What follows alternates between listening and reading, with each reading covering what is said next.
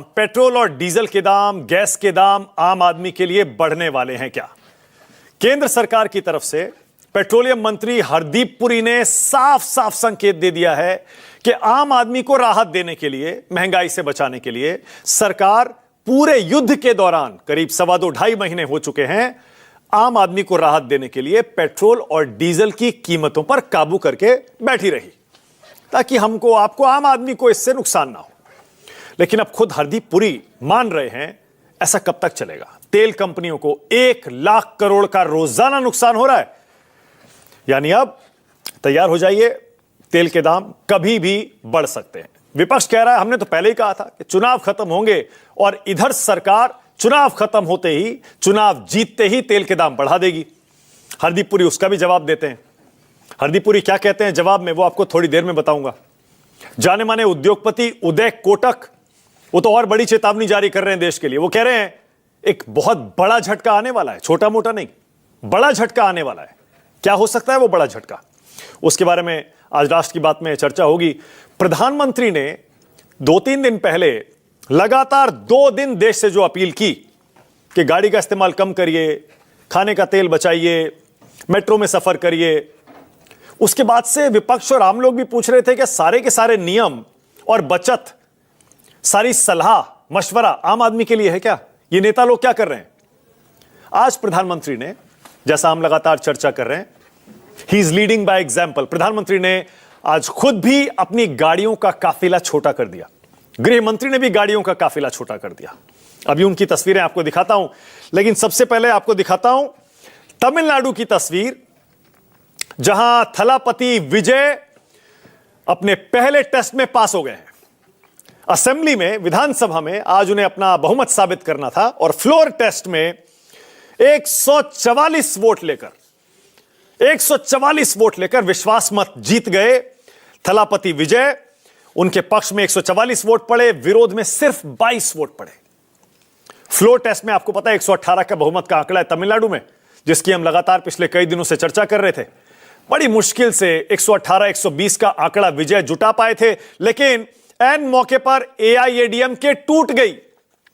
NDA में थी, एआईएडीएमके टूट गई, और एडीएमके के 24 विधायकों ने टीवीके को समर्थन दे दिया। 5 विधायकों ने वॉकआउट कर दिया, डीएमके ने वॉकआउट कर दिया, और उसी वजह से 144 वोट मिल गए विजय को, और उन्होंने आसानी से बहुमत साबित कर दिया।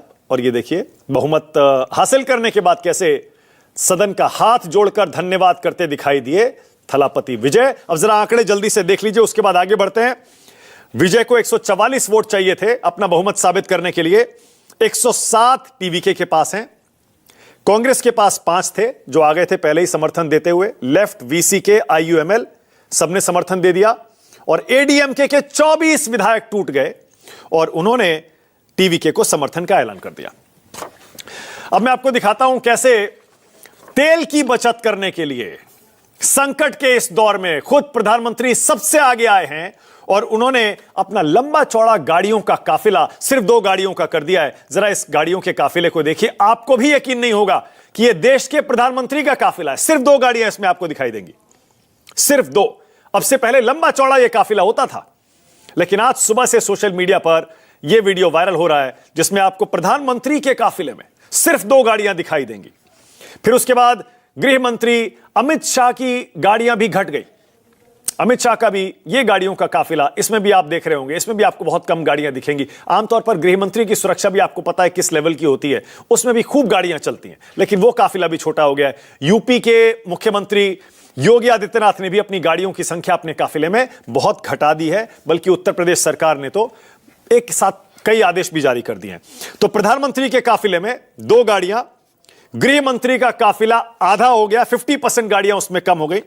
अब एक तस्वीर देखिए, जरा वो दिखाइए। मध्य प्रदेश में मंत्री हैं प्रद्युम्न सिंह, ई स्कूटर से दफ्तर पहुंचे हैं। जरा वो वीडियो दिखाइए, ये देखिए, स्कूटर से मंत्री जी जा रहे हैं अपने दफ्तर। मध्य प्रदेश के मंत्री हैं प्रद्युम्न सिंह।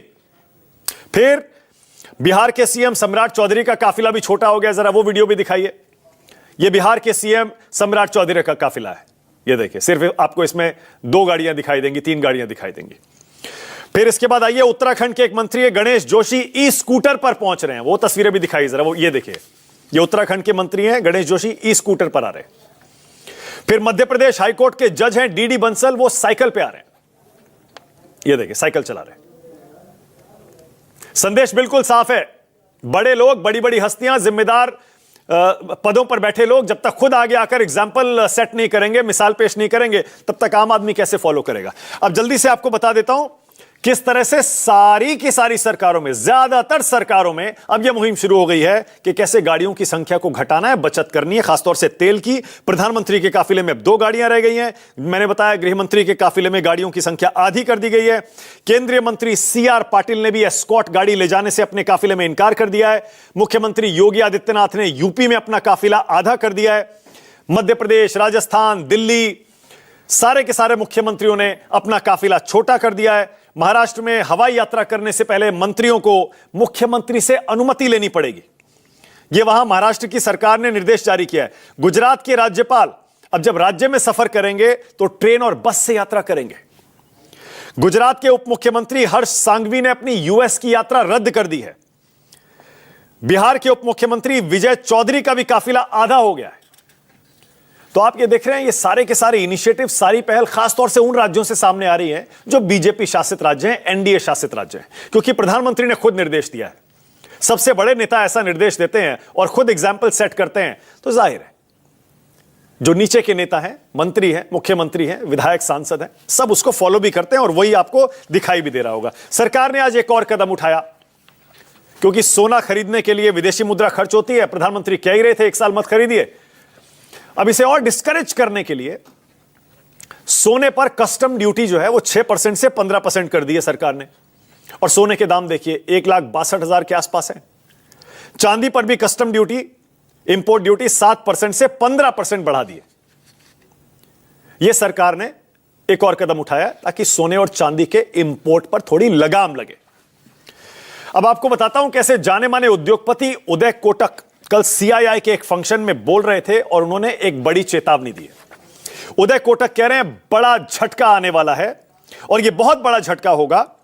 बुरे हालात के लिए हमें तैयार रहना चाहिए, मुश्किल समय के लिए तैयार रहना चाहिए, बजाय इसके कि झटकों के आने का हम इंतजार करें और तब रिएक्ट करें।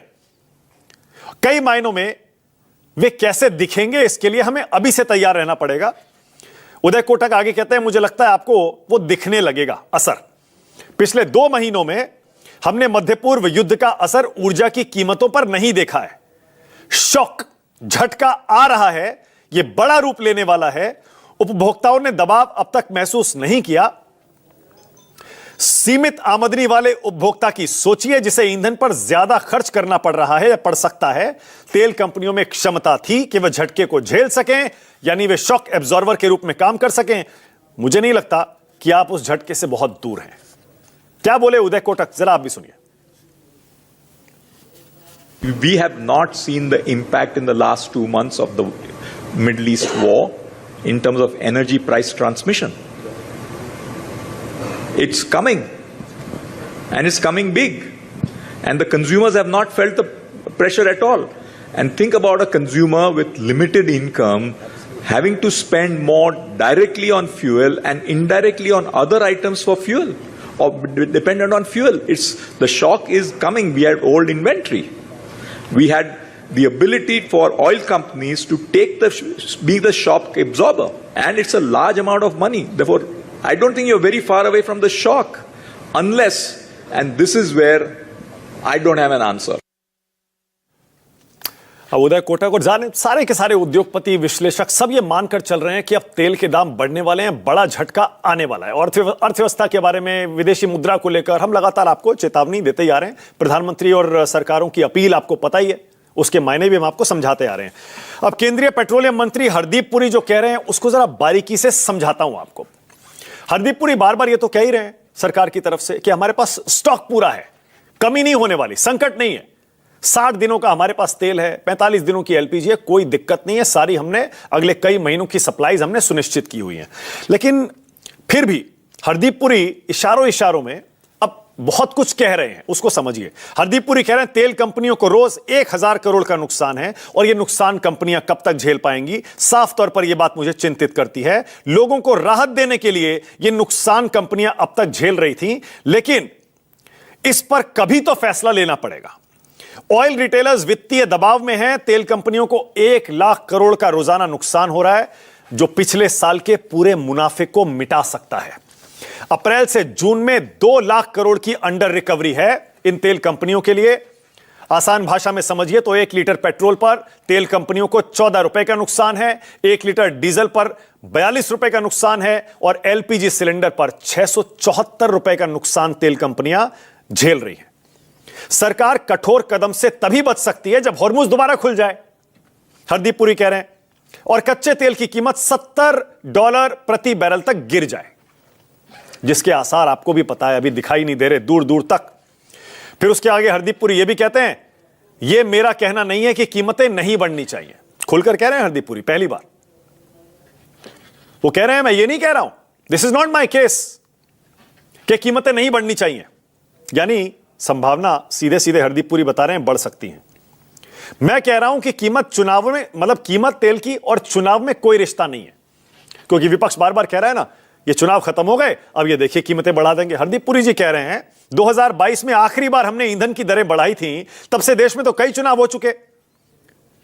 हम अगर चाहते और चुनाव से कीमतें जुड़ी होती तो अब तक कई बार बढ़ा चुके होते। आगे हरदीप पुरी कहते हैं भारत दुनिया का एकमात्र देश है जिसने 4 साल तक ईंधन की कीमतों को फ्रीज रखा, फिर एक बार फिर से रीअश्योर किया देश को। हरदीप पुरी कहते हैं 60 दिन का हमारे पास कच्चा तेल है, 45 दिन का एलपीजी स्टॉक है, और जो भंडारण स्टोरेज का सवाल बार बार उठता है कि हमारे रिजर्व्स इतने कम क्यों हैं, उस पर हरदीप पुरी कहते हैं उस पर भी अब बहुत तेजी से काम हो रहा है। एक तेल कंपनी 400-500 एकड़ की जमीन खरीद रही है और यह एक्स्ट्रा स्टोरेज के लिए है, अतिरिक्त भंडारण के लिए है। अब जरा कुछ आंकड़ों में आपको समझाता हूं जो हरदीप पुरी इशारा कर रहे हैं तेल कंपनियों को क्या नुकसान हो रहा है। वैसे सरकारी है तेल कंपनी, आपको भी पता है, पब्लिक सेक्टर अंडरटेकिंग है, सेमी गवर्नमेंट कंपनियां होती हैं ये। पहले याद होगा आपको सरकारें ही तेल की कीमतें तय करती थी, लेकिन मनमोहन सिंह की सरकार के समय कीमतों को बाजार के हवाले कर दिया गया था। उसके बाद से तेल कंपनियां तय करती हैं पेट्रोल और डीजल और गैस के दाम। तो फिलहाल जो हरदीप पुरी बता रहे हैं, पेट्रोल पर 14, डीजल पर 42 और एलपीजी पर तेल कंपनियों को 674 का नुकसान हो रहा है। यानी आम आदमी को वो सस्ता दे रही हैं जितना उनको मिल रहा है। प्रतिदिन कितना नुकसान हो रहा है? 1000 करोड़ का नुकसान हो रहा है। हरदीप पुरी कह रहे हैं तेल कंपनियों को हर दिन रोज कुल घाटा 1 लाख करोड़ का हो रहा है और अंडर रिकवरी 2 लाख करोड़ की है। जरा हरदीप पुरी को सुनिए। If I remember correctly, and I have my colleague sitting here, we haven't raised prices for the last 4 years. We're the only country in the world. Somebody said, "Oh, ये चुनाव हो गए, अब एकदम प्राइस बढ़ जाएगा." अरे भाई, पिछले 4 साल में कितने चुनाव हुए हैं? After 2022 was the last time we raised prices. There has been the general election in 2024. There have been elections in state government. Look, it's not my case that prices will not go up. I'm saying the two are unrelated.